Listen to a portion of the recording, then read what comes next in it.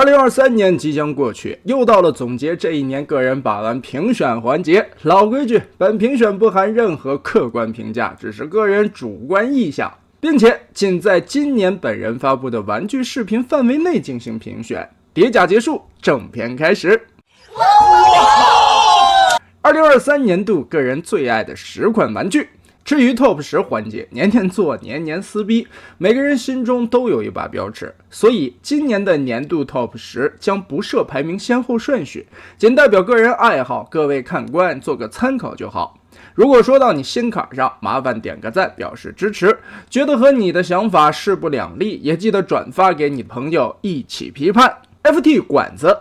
大道至简，说到底，很久没见到 FT 用这么简单明朗的设计来处理角色，虽然并不是大热门角色，至少2个形态处理效果非常不错，流畅的变形和靠谱的做工用料，让人梦回和 FT 初恋的那个时代。招财猫擎天柱，今年的招财猫出了不少东西，电影线的大黄蜂和擎天柱完成效果都让人十分佩服，在小级别的尺寸上演绎出完全的变形，甚至不乏许多精巧的结构转换，让人眼前一亮，但同时也相当虐手指，上手把玩并不友好。 MC 肌肉熊战神金刚，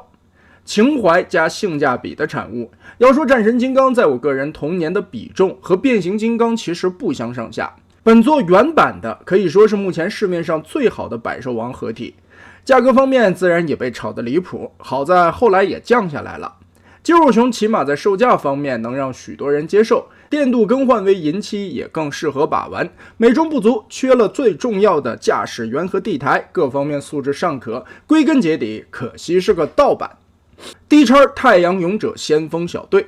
，30年前的神设计，见证了塔卡拉老一辈设计师的才华。虽然放在今年年度评选并不合适，可真的太喜欢它了。零配件完全变形3合体，关键各个形态的处理效果竟然全部兼顾，扎实的用料和敦实的感觉，让30年风霜摧残下素质依旧嘎嘎过硬。入选本榜单必须强加一个理由，这是我2023年入的，我就是喜欢。火仔动漫忍者神龟，国模工艺天花板，正版授权，全新机设，让这套神龟从公布到出货备受关注，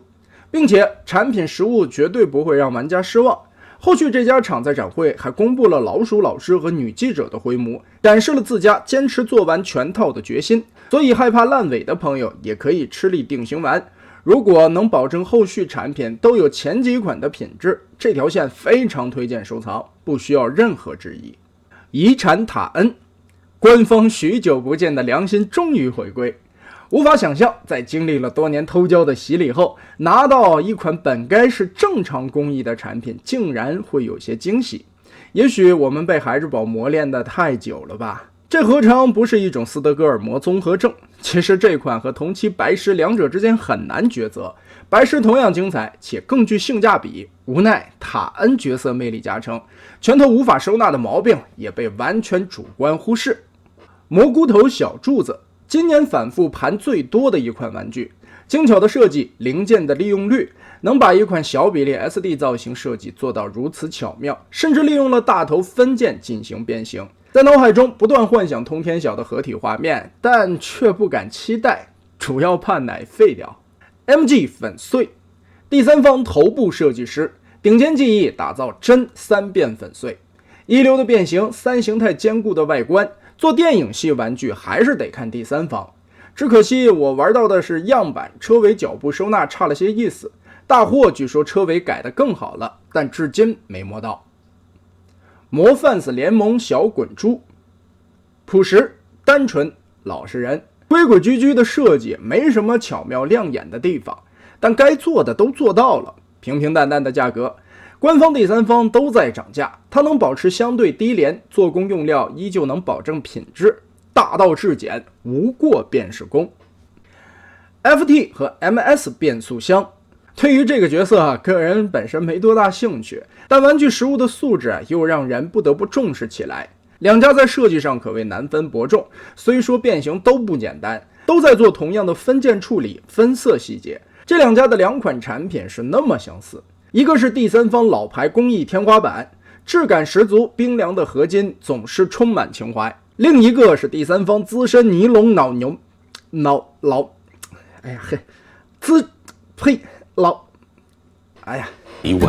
资深尼龙老流氓，真难说。在极限的尺寸上做出了完全不输对方 MP 比例的分件和还原度，也可谓棋逢对手。在同一年同一角色，看到大小两款作品的设计师都在绞尽脑汁还原那配色的 bug， 总让人觉得很佩服，但同时也担心他们的头发。那么好，我个人的年度 TOP 10最喜欢的10款玩具就是这样了。当然篇幅还是太短了呀，这一年出了这么多的玩具，真要只挑出10个来谈，也感觉这期年度总结太水了一点，所以我又挑出来10款特别的奖项，我们来一起看一下。大伙最佳人偶提名，疯魔榜3人套闯江湖第3弹。今年玩了不少人偶作品，视频中以6寸小人偶居多。闯江湖系列独特的漫画风格和对人物的传神描写，外加丰富的配件，在圈内获得广泛好评。疯魔榜3人套也是不可多得的6寸写实人偶精品。两者对比下，我还是更倾向于疯魔榜系列，主要原因也是这个猴3实在太传神了，难得在小级别做出如此精致的感觉。所以2023年度最佳人偶授予飞玩玩具疯魔榜猴3。获奖宣言，完美符合了我心目中对西游记原著孙悟空的描绘速写。什么叫国际型？最佳国模原创提名，一丸天开古斯塔夫，一丸天开明和，太去逍遥，52 Toys 白虎。原创国模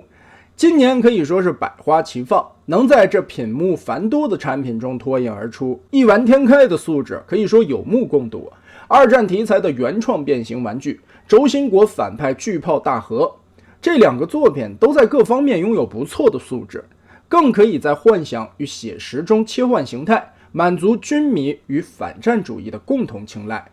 逍遥则作为现代载具，将飞机形态做得无懈可击，完全的变形隐藏让人惊叹。作为黑苹果强势归来的作品，极具代表性，也拥有不错的性价比。如果单独评选匣子精，白虎绝对是今年第1名，毋庸置疑。但放在整个年度国模原创类目就很难评选。在整体把玩体验和综合个人喜好程度来看，我决定将这个奖项授予古斯塔夫。获奖宣言，纯的个人好恶加成，题材和造型都被他完美戳到。最佳重涂提名， NA 大力金刚记忆玩具色， NA 大力神战损色，阿帕奇丧尸飞过山。今年的重涂玩具也相当多，尤其以重涂大厂 NA 最甚。起初玩具背后的故事这个系列准备是讲一些变百科系列的番外篇，没想到这个系列粗略估计 NA 产品竟然占据 80%到90% 的篇幅，可见这家厂的重涂作品有多丰富。这其中本年度让我最满意的是这对冤家。基于玩具配色大力金刚，这款产品本身就有着相当高的水准和素质，加上仿老玩具的复古配色和专门调配的沾老气儿色阶，让人情怀加持下很难移开视线。另一款战损大力神可能很多玩家有争议，我个人还是非常喜欢这种脏脏的效果，更何况是挖地虎这种工程部队，点缀起来非常应景。能把一款 KO 产品放在最佳重涂提名，可见这款我有多喜欢。TFP 加成，重新制作的丧尸头雕，战损和烟熏效果，额外的配件融入，让这个角色更加悲情。综合考量下，还是将最佳重涂授予 NA 记忆玩具色大力金刚。获奖宣言，同样是重涂，这款的底子更显完美。另外，年更的变百科今年好像一集都没写。不该！最佳 KO 产品提名 CR01 四变星星， CE 放大魔改电影声波，放大金属色 MP 钢索。这些都是老产品，这些也都是放大版，这些也都是便宜货，这些也都是很多人不屑一顾的盗版 KO。 但变玩圈是丰富的，玩家群体是广泛的，我们尊重版权意识，也尊重每个玩家的选择权。这些产品都是今年性价比不错，各方面素质也值得推荐的产品。CR4 变星星 PE 原版底子就很帅，放大之后价格来到2XX，就算摆贵也很香。唯一毛病，继承了 PE 的软腰，加上 KO 版料子更柔韧，所以腰部会更晃。MP08 钢索模具是永恒的经典，金属色涂装更加亮眼，且放大后配 MP 玩具非常合适。至于毛病也有，一些原本精彩的联动玩法并不能完全体现。玩具实验室的声波可以说是被做工完全毁掉的一款好作品。KO 版的 CE 放大之后做工有不少提升，改模的部分也修复了原版的掉件问题，加上漂亮的银漆涂装，让这款好设计涅槃重生。综上所述，年度最佳 KO 产品授予 CE 放大电影声波。获奖宣言：化腐朽为神奇，也有救啦！耶！最佳新厂提名：蟹壳工作室红蜘蛛、齿轮工厂千斤顶。今年第三方圈子诞生了许多新的厂商，其中有些是老厂新马甲，有些纯粹新人踏足变玩圈。这其中的蟹壳工作室可以说开局放大招。A 版红蜘蛛精彩的美型和良好的可动，虽然变形并不算惊艳，中规中矩又能感觉到小比例的精致感。齿轮工厂的千斤顶可以说在改模上用了不少心思，很务实的做法，修改了原版诟病的环节，更还原的配件和新头雕，让我这个老 TFP 迷更是开心的不得了。这两家提名厂商竟然还有千丝万缕的联系，但终归要选出一个，所以我还是将最佳新厂给了蟹壳工作室。获奖感言：史上最正能量红蜘蛛，它可能不是最帅的，但蟹壳将它做得足够精彩，口碑还是很好的。最具性价比产品，百威 EX 金属色擎天柱。这个奖项提名仅此一款，也根本没有其他竞争对手。一个模具各种重涂，本来原始设计算是 TFP 出版擎天柱衍生设计，但处理完竟然还不错，加之还能和天火合体。 SS 原版一度价格上涨，百威主打一个廉价走量，淘宝至今的价格稳定在35到40块，完全没有省略，加上更好看的金属色涂装，这价钱拿下完全没什么可挑剔的余地，实至名归。获奖感言：天火和 SS102 啥时候出？让子弹飞一会儿。最佳合体提名：藏丸阁小赤油、招财猫恐龙战队。今年的合体也出了不少款，重涂也有，新设计也有。这其中招财猫恐龙战队可以说完成度相当高了，在忠实原著的合体过程中，还特别加入了新的匣子形态，活力的升级造型也更加夸张，更小更精致的尺寸，又是一款让原著党走不动道的产品。藏丸阁的大赤油被我评为去年的年度产品，只因为配件完全互动变形，开创了合体金刚的新理念。今年的小赤油并非等比缩小简化，尤其在小狮子的结构上有了更加优化、更加符合外观比例的重新演绎，着实精彩。对比之下，我更愿意将最佳合体奖项颁给藏丸阁小赤油。获奖感言：超越本家大比例的小赤油，高起点再跨越，实至名归。霸气外露。最差合体核心级龙焰王。本来今年不打算评选垃圾产品，无奈这个龙焰王实在太过耀眼，从同人到转正，从修罗王到龙焰王，变百科第3季专门有过详细描述。玩具实物要说起来，核心级还能变形合体，又是官方产品，本该宽容些。但人在绷不住的时候，往往是绷不住的。这套所谓的龙焰王纯粹就是为了做怪模，甚至成员的合体方式都和龙焰王本身没多大关系。太过迁就怪模的造型，导致了6个恐龙各种稀奇古怪，合体后的造型更是奇葩难受。最关键，前期竟然炒高过一段时间，好在随着后续作品磨到前列腺般的拉胯，终将价格打了下来。但就算再便宜，玩家已经看透了嘴脸，没多少兴趣了。获奖感言： DNA 一套配件包都救不了，结果配件包比本体还贵。你打我噻！你打我噻！最佳官方产品提名：遗产白狮、遗产塔恩、众筹限定萨拉斯、戴亚克隆大基地、遗产 A 版擎天柱。今年的官方可以说相当争气了。其实这几天还有外传的威震天和虎鹰也相继收到，只是还没时间拍视频。要论素质都很可以，但也够不到最佳行列。所以以上提名的这几款才进入真正的角逐。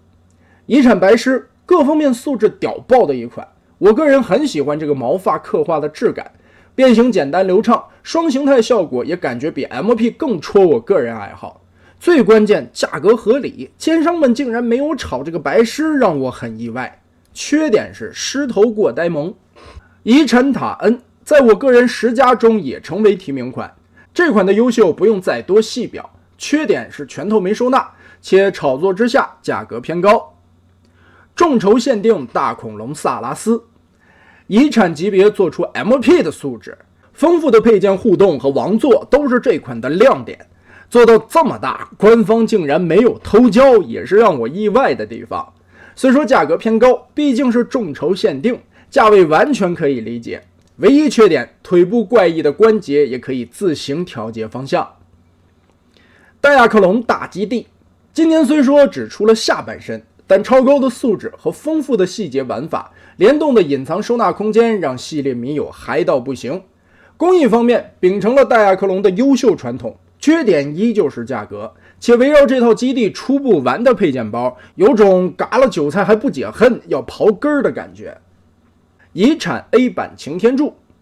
所有的偷胶都遮挡了起来，与车厢的合体互动既好玩又稳定，价格也适中。近期的特价甚至有人4到5张的价格拿下，属于好玩实惠的诚意之作。缺点是身材比例怪异，遗产压扁的统一风格，不过吊打隔壁第三方 FH 是足够了。好在有配件包可以补足。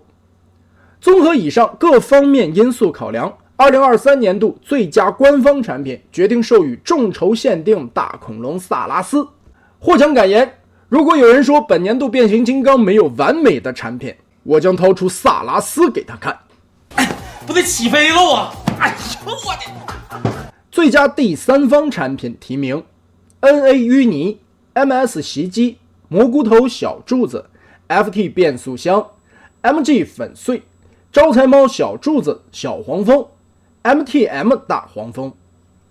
之所以将官方和第三方分开奖项，也是为了避免撕逼，官方和非官方各玩各的，各评各的，也不存在谁争个排名先后。NA 淤泥这款产品可以说是 NA 机器恐龙乃至于迄今为止全 NA 出的所有设计中最完美的一个，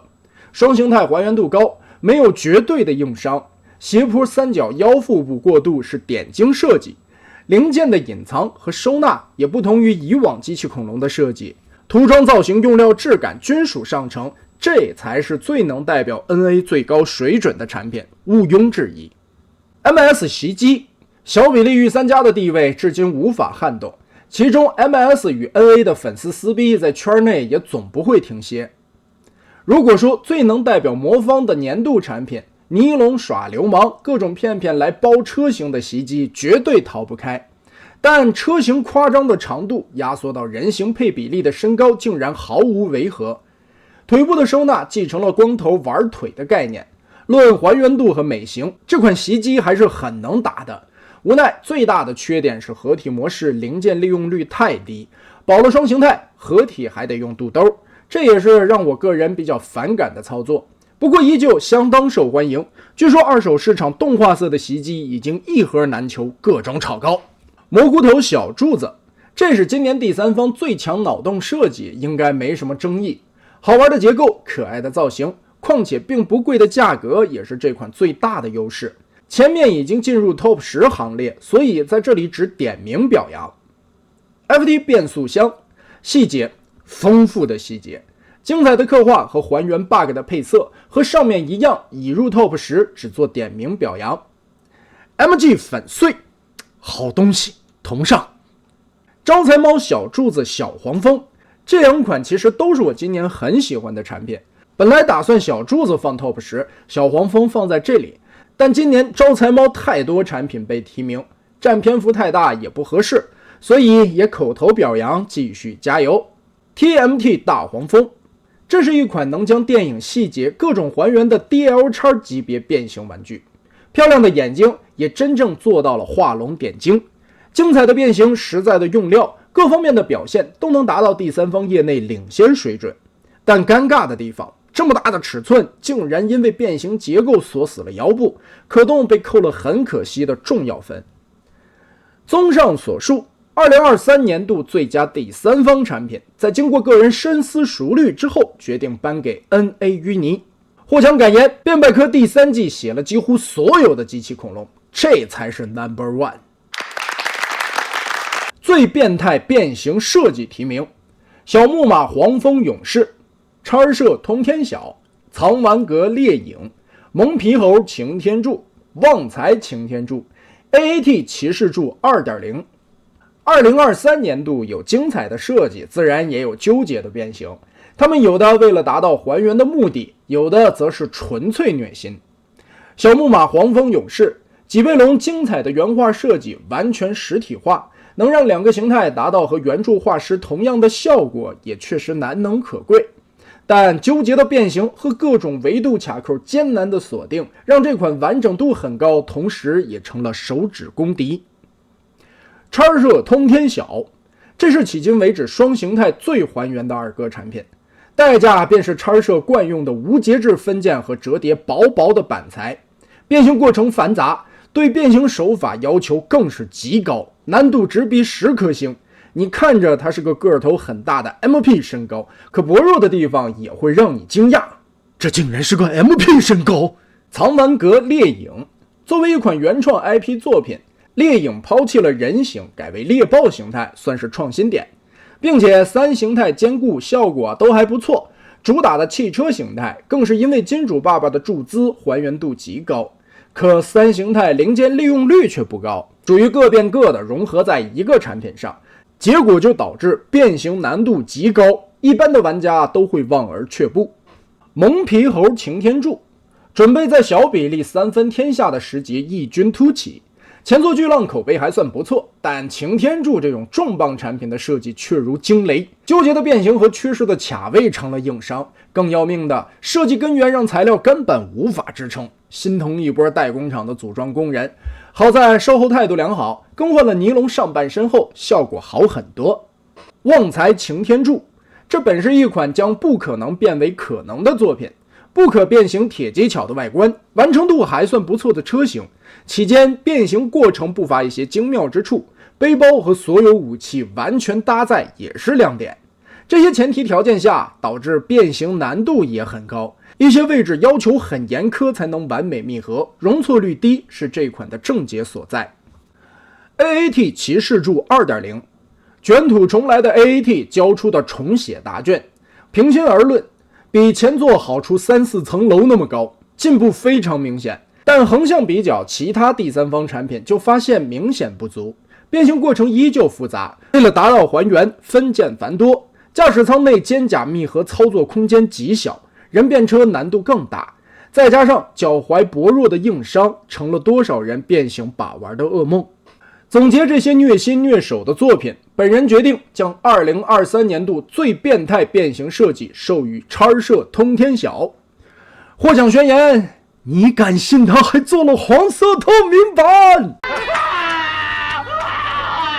？2023年度正式完结，这一年的产品还是非常丰富的。临到年底最后一天，竟然收到了招财猫小柱子。出于对这款作品的喜爱程度，抓紧时间拍了视频，生怕错过个人的年度评选。也正是因为它的插队，年度评选的文案重写了一遍，修改了好多。很多人可能也在想，是把谁挤出了 TOP 10？现在揭晓答案：蟹壳工作室红蜘蛛。没办法，小柱子太优秀了，但蟹壳红蜘蛛也完全不差，所以特别设立了最佳新厂奖项。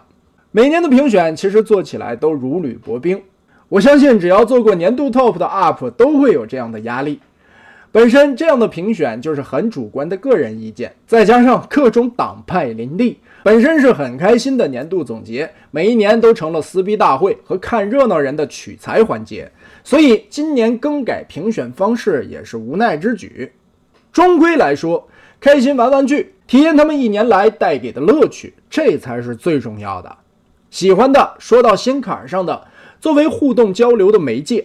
不喜欢的，觉得和自己想法完全矛盾，甚至狗屁不通的，全当做个参考。感谢各位一年来的支持和陪伴，特别鸣谢 B 站用户 RASG 每周不辞辛劳地帮我整理每周刊新闻素材。我能每周坚持做新闻，他的功劳是最大的。虽然今年大部分都是踩着点儿或者拖更到周一。另一位特别鸣谢 QQ 群的巨大化鹏鹏，各类展会、新闻现场视频都会第一时间发给我，充实着频道内容和第一手的资讯。最后特别鸣谢微信的王毅老哥，老哥为人比较低调，一直在背后默默的支持我，大恩不言谢，我会永远记得。对于自己今年最大的遗憾，继续拖更1年变百科，懒狗成就达成。新年愿望，明年争取太空桥书场再开张，起码第4季大力神篇先完结。今年的年终总结就到这里，2024伊始，祝大家好运连连，心想事成，行运一条龙，买玩具不中奖，我看好你们哟。禽兽！